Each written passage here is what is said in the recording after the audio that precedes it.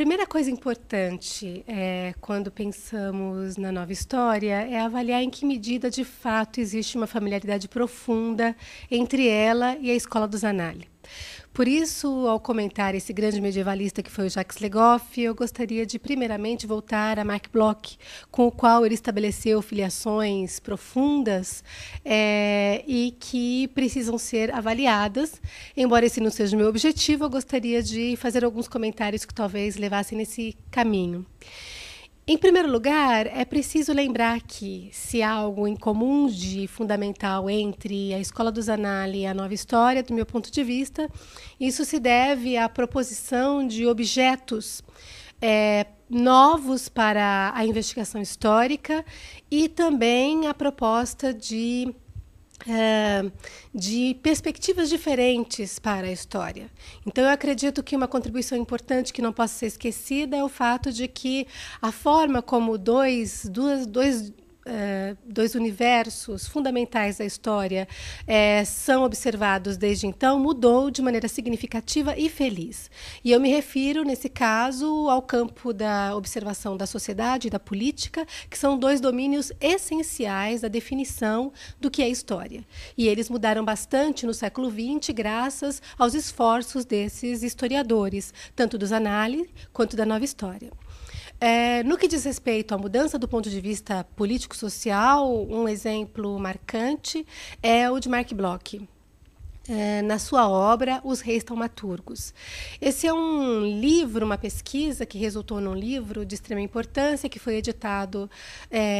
nos anos 20 e que foi reeditado posteriormente no final dos anos 80 na França e no Brasil nos anos 90,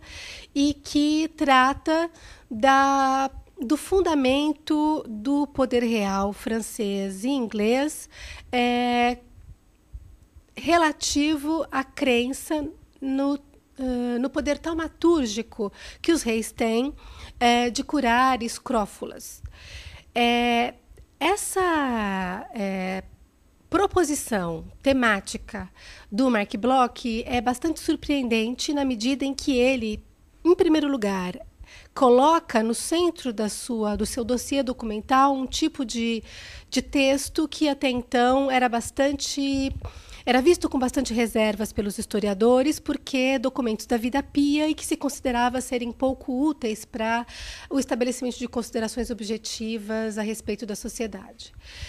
Em segundo lugar, é notável o fato de que, embora seja um homem totalmente formado na historiografia do século XIX, Marc Bloch rompe com essa historiografia na medida em que a perspectiva que ele busca na interpretação da eficácia miraculosa do poder político dos reis, da França, sobretudo, e da Inglaterra também, num certo período, ela se volta para a consideração de um nível comum de percepção desse poder e que passa pela dimensão sobrenatural. A ruptura se dá, portanto, no fato de que, enquanto no século XIX temos uma historiografia extremamente marcada pela ideia de busca do comum no aspecto nacional, na alma nacional, naquilo que é comum a um povo, a sua cultura, o Marc Bloch busca o comum para além dos limites nacionais. Isso é extremamente importante, porque podemos nos lembrar já de imediato que uma das filiações que Jacques Le Goff busca para as origens da nova história chega até o século XIX, sobretudo a obra de Michelet, onde esse aspecto nacional é bastante importante. Embora não possamos esquecer que o aspecto de busca da dimensão comum do universo simbólico da política também esteja presente no Jacques Le Goff, quando ele faz aquilo que ele chama de história das mentalidades do seu tempo. O aspecto pioneiro do Marc Bloch no que diz respeito à observação, ao recorte que ele faz da sociedade, nesse caso, essa totalidade, e a da política, ou seja, o campo de eficácia simbólica do poder, eles são, no entanto, ladeados por uma profunda erudição e por uma crítica documental que podemos dizer completamente influenciada pela perspectiva do século XIX. A historiografia hoje, agora, no início do século XXI, ela fala de maneira bastante incisiva na volta ao documento. Esse discurso é particularmente forte entre os medievalistas, e esse retorno ao documento, ele visa justamente uma reabilitação da importância que os métodos de crítica documental tinham até o início do século XX, abrindo um pouco mão dos excessos interpretativos. Nesse sentido, eu acredito que é importante comentar um pouco a obra do Jacques Le Goff. Ele é um historiador medievalista de extrema importância, cuja influência se faz sentir para muito além da história medieval. Mas é importante observar que a obra dele, como a obra do seu tempo,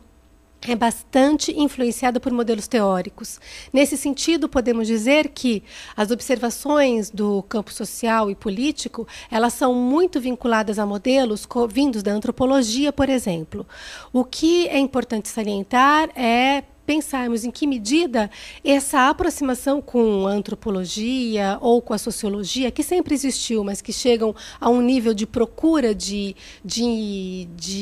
intimidade entre os métodos cada vez mais profundos no século XX, em que medida eles realmente levaram a uma busca de interpretação da documentação.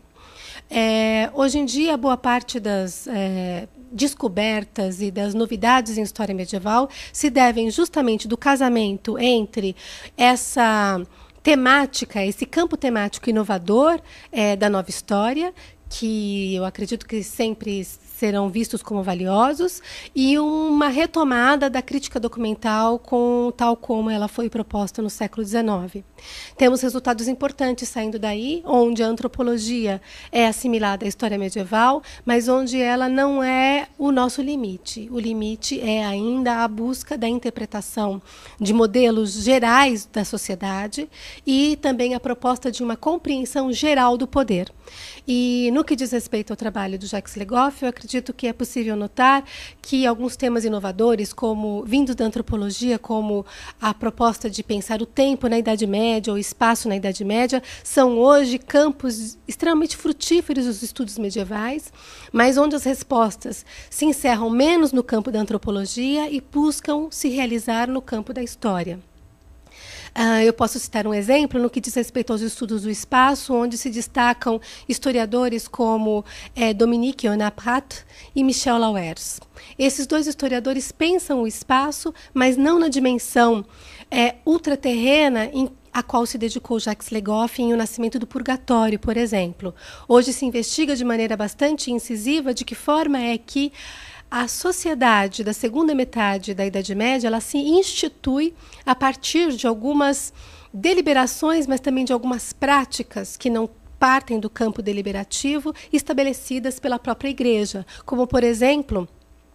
a consagração do espaço eclesiástico dos mosteiros, das igrejas e dos cemitérios, que estabelecem uma relação totalmente nova com o espaço na Idade Média. Esse é um exemplo onde nós temos o casamento entre uma temática de origem, digamos, antropológica e uma interpretação nova dessa problemática no campo histórico, onde ela passa a ser, então, relevante enquanto informativa da experiência política e social global do período. Esses dois historiadores aos quais eu me referi são duas figuras bastante significativas da historiografia atual. Em particular, eu gostaria de comentar o trabalho de Dominique Onaprat, que é um discípulo de Georges Duby, que é um autor bastante conhecido no Brasil e cujas obras estão disponíveis. Duby é um historiador, por vezes associado à nova história, que é importante citarmos, na medida em que a obra dele é bastante precisa, tanto do ponto de vista cronológico, quanto do trabalho especializado com dossiês documentais. Duby sempre se disse um historiador da sociedade feudal e, de fato, vamos encontrá-lo trabalhando de maneira muito precisa nesse campo. Eu chamo a atenção para uma obra dele em particular, As Três Ordens ou Imaginário do Feudalismo, onde ele trabalha uma questão tradicional da reflexão histórica, que é a ideologia, mas de um ponto de vista absolutamente criativo, que é a observação dos documentos que tratam, a partir do século IX, de como é que a própria sociedade se retratava. Nesse sentido, é um autor a ser notado ainda e uma orientação que eu considero de primeira importância.